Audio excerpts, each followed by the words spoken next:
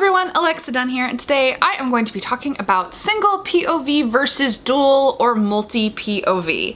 This question comes up a lot, like which one is better, which one should I use? So I'm going to go over the basics of each, why you may or may not want to use each of them, kind of the pitfalls that each of them has, as well as discussing some of the genre conventions. At the end of the day, often the conventions of a genre or a subgenre that you are writing will sometimes kind of dictate what is going to work best for your story, but in more kind of free-for-all subgenres, maybe I can help you decide what's going to work best for your story. Essentially, when you are deciding about POV, it's very similar to the question of tense as well, when you're deciding between first versus third and past versus present, and I have a whole video on that, which I will link to down below. And then the other question that comes with that is single POV or anything other than single POV.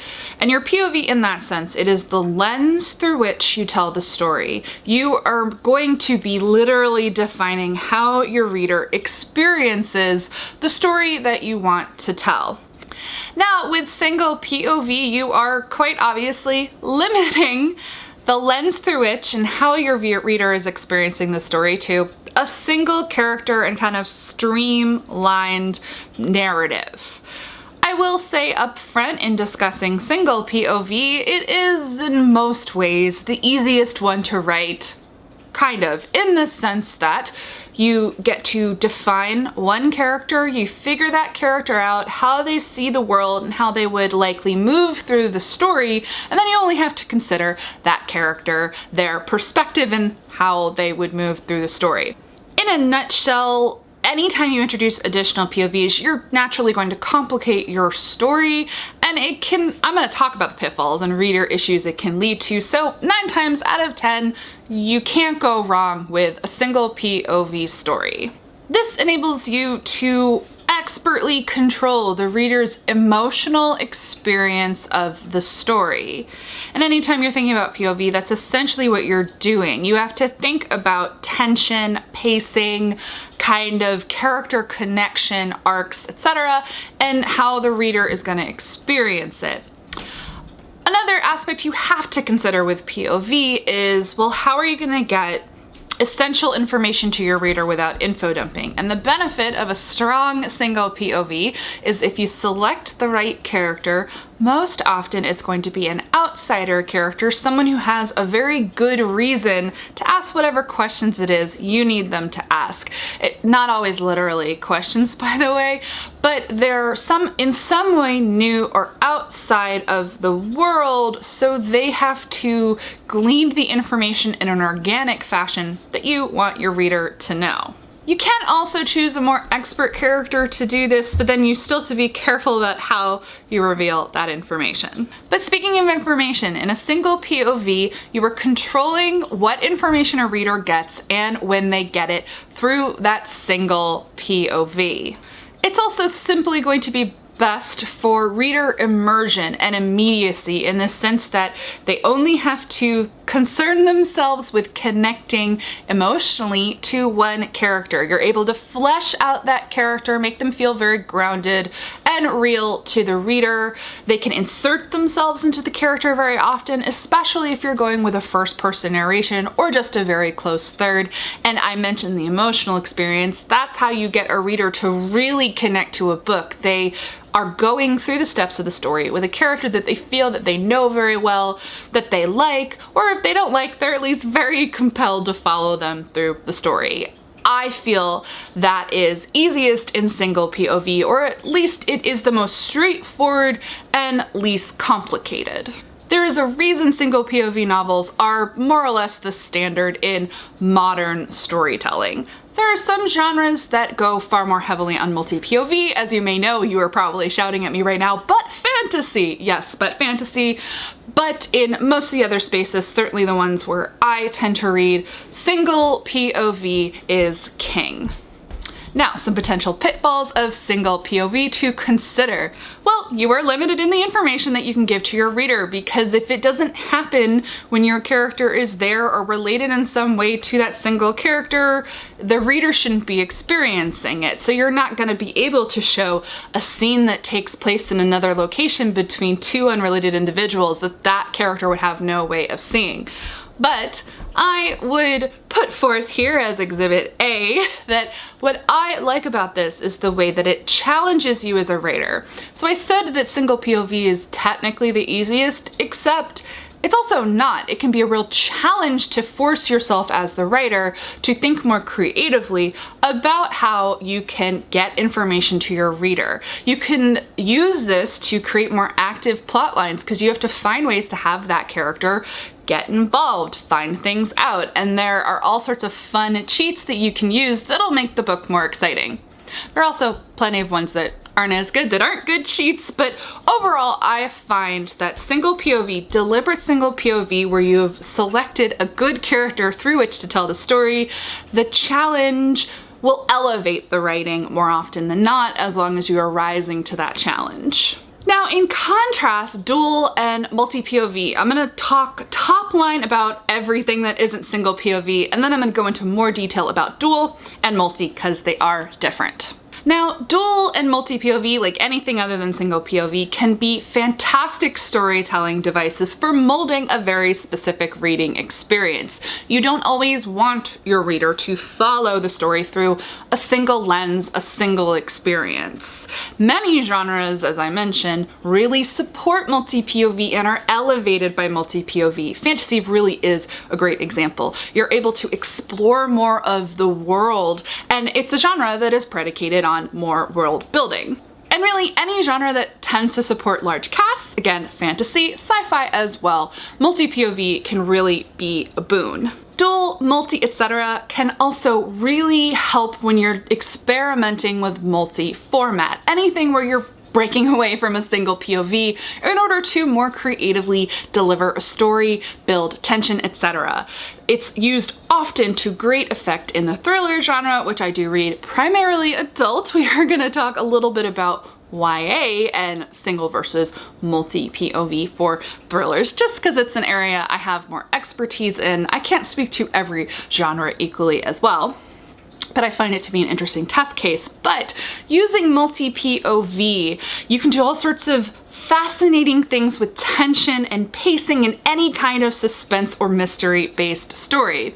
You can do the sort of thing where it's multi-POV and the reader doesn't necessarily know who each POV is. You can ping-pong between different POVs to subvert expectations. I have a whole video on reversals, which can work in any POV, but what can be very fun in a multi-POV is you sit with one POV and then you go to another and completely do a reversal, a subversion of what the reader thinks they know through that other character. Just lots of really fun ways to build suspense and tension using more than one POV.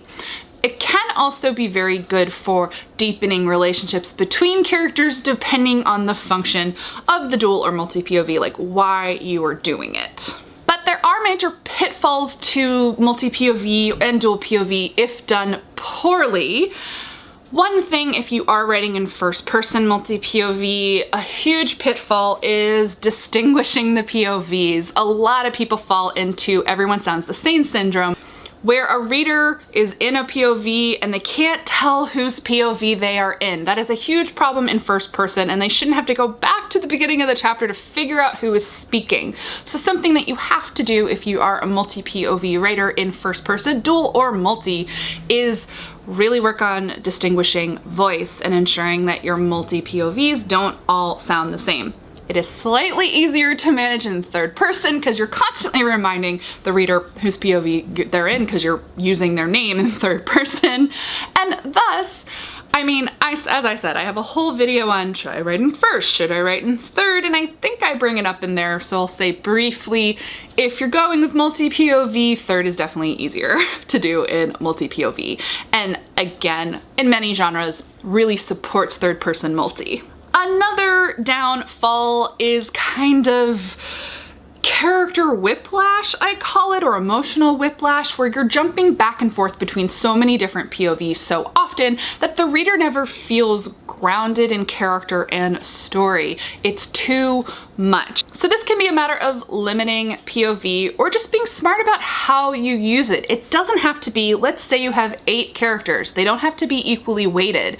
You don't have to, oh, I have 8 chapters in a row and then start the cycle over again. You can have anchor characters in multi-POV who get more of the story and then a couple extra ones sprinkled in. Because you always just want to be mindful of, am I giving them enough of core characters where they feel they know them well enough, they get to really savor and enjoy sitting in that POV long enough. If you switch back and forth too much or you dump too many POVs into a story, it can just be messy and it's basically POV soup. Another just potential pitfall is inevitably your reader might like one or several POVs way more than another one, and it can lead to them feeling kind of bored and kind of start skimming when they land in a POV that they don't like as much as another POV. And you sometimes just can't help that. People are gonna have preferences, but just bear that in mind. It can be a complaint that you see from readers in multi-POV books. And then lastly, and I know you're like, wow, these are a lot more than single. Single is plenty of pitfalls, but they're just the pitfalls of storytelling. I give you all these pitfalls of multi so you can make a very well thought out decision, because if you do it beautifully, because when it's done well, multi is beautiful. Dual and multi are beautiful when they are done well. And so the final potential pitfall that I have seen in books sometimes is just, you know how single POV will force you to kind of challenge yourself in terms of storytelling? Multi can often mean that you don't have to challenge yourself in terms of storytelling. It's very easy. Well, you want to show this, you just go to those other characters, and sometimes it can lead to narrative cheats, where out of nowhere an author will be like, well, now we're gonna be in this POV and it's gonna solve everything that has been happening, and the reader's like, well, that's a narrative cheat. I have seen that in a couple multi-POV books, and you need to be aware that if you are relying on multi-POV as a crutch for being less sophisticated in your storytelling, that readers can actually often see that cheat and don't like it.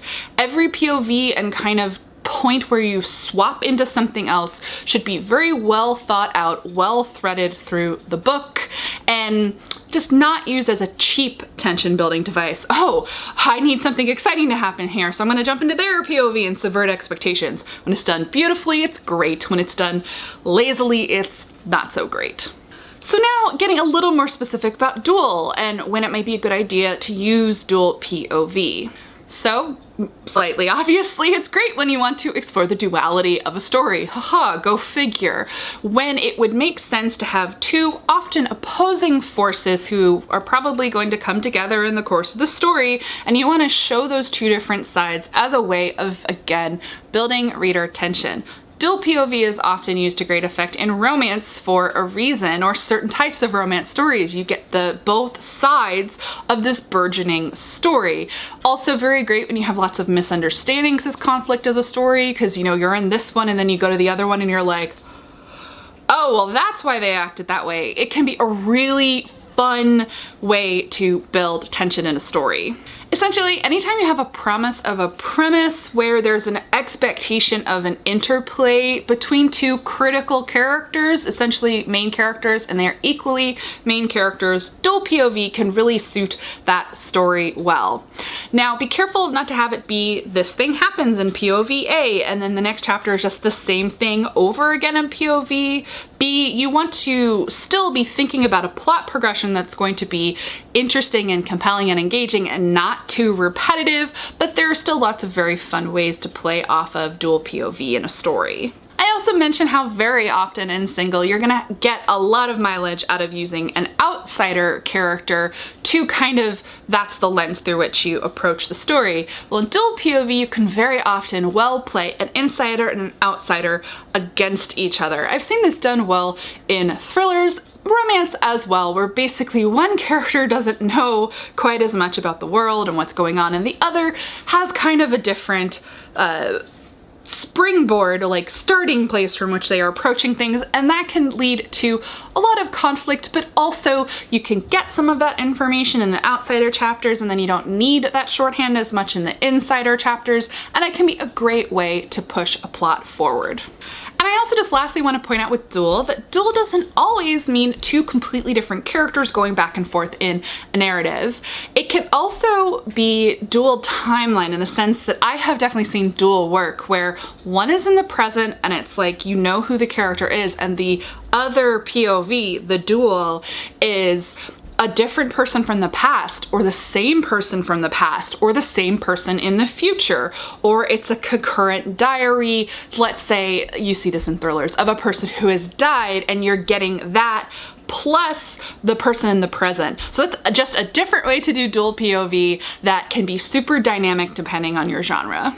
Now some more specifics on multi-POV. As I mentioned, if you have a large cast and a lot going on and you want to be able to show things from a lot of different angles, especially if you're doing kind of social commentary on lots of different types of characters, can work very well in multi-POV because you're not filtering how people are viewed through the lens of a single character. You as the author are able to do more complex character portraits through multiple POV. That can be a very good reason to do multi-POV. We see it a lot in kind of isolation thrillers because let's say you have 6 people in a place and it can be really fun to get all 6 perspectives. Knowing someone is the killer, you can play on those sorts of tropes and reader expectations when you do multi-POV. It can also be great for ragtag team stories, found family stories, heist stories, where you can just build a better story going between different people who are bringing different things to the plot overall. But especially as a tension building device, it can be very effective to use multi-POV. And I already kind of mentioned it in the dual thing, but that whole idea of the second POV being something a little bit outside of the ordinary, whether it's a diary or a podcast transcript, or the same character in the past, or an ambiguous character in some other time or place, and part of the tension is who is the other POV, you can do that in multi-POV, and it's actually a reason multi-POV can be used so effectively, especially in thriller novels. So think about multi-POV not just as I have 4 characters and they go back and forth. You can think of multi-POV also as all the other ways that you can pull back from a single POV and play with format. To that end, it doesn't always have to be rigidly there are 5 POVs and they're all in third person, or there are 3 POVs and they're all in first person. In genres that support more experimental writing format, you can have a core POV in first person present, let's say, and then a separate POV that's in third person past, and then maybe a third thing that is diaries. And you can kind of play with how these things build off of each other, always thinking about how a reader is going to experience each domino that you have set up and how they all kind of come together. That can be an excellent reason and way to use multi-POV. But again, just my slight warning here, these sorts of books are certainly more ambitious than your average single POV book or even dual POV book. So you might want to work your way up to multi, or at least really prepare and think about how all of those pieces are going to work together. And then just a note, I did kind of mention this about kind of ping-ponging between lots of different POVs and how like readers may not connect as strongly to them. Just a note about this, in genres where your works are shorter, you do have to be especially careful with multi-POV, how many you have and how you use them because of that. Because if you lack the emotional connection because you have just too many POVs and you're jumping around too much, your book might simply not work at all. It's probably less of a concern in genres that support much longer books, which is science fiction and fantasy, but that's definitely a warning I want to give in something like a thriller. Sometimes you want to have a reading experience where they're not really anchored in any particular character, but more often than not in at least commercial mystery thriller fiction, it is smarter to think about having multiple character anchors who will carry the reader through the story. And so how do you choose the right POV? I hope I've given you food for thought about single, dual, multi. Well, you need to know your genre very, very well, and I can't do that for you. That's why often another person can't tell you how you should ideally write your book. Hopefully you were reading in the genre that you were writing in and you have some idea of what genre conventions are. And there are genre conventions, what readers like, what they expect from the genre that they read and they love. As I already mentioned, some genres aptly support multi-POV, like fantasy, sci-fi, and in a lot of cases thriller, but others support it far less often. You see it less often in romance, or in romance dual is going to be more popular very, very often because of the main conceit of a romance being two people coming together, so dual can work very well there. Also, generally I find that genres that are more about immediacy and deep character connection to experience the story, so romance falls under that, thriller, YA, that more often than not you're not going to see massive casts and 12 POVs. It's going to be a lot tighter, a lot closer, and single or more limited POVs are usually going to be a better bet for those genres. But you should be reading those genres and you should have a pretty good idea. Try to come up with comp titles that are similar to what you think you want to do. So if you think you want to write a YA thriller in third person from 8 POVs, I'm going to challenge you right now to come up with a comp title because you probably can't. I can't, and I've actually had this conversation with someone recently and we were thinking and we couldn't come up with one. You should really look at what has been published recently and has done well in the space that you want to write in, and then pivot and make some shifts and changes to what you want to write. Or if you really know that's what I want to write, you might have to shift your expectations of what genre slash subgenre or category you are actually writing in. Your idea might not work for a YA thriller. If you really want to break outside of what's been done before, you might want to write an adult thriller instead.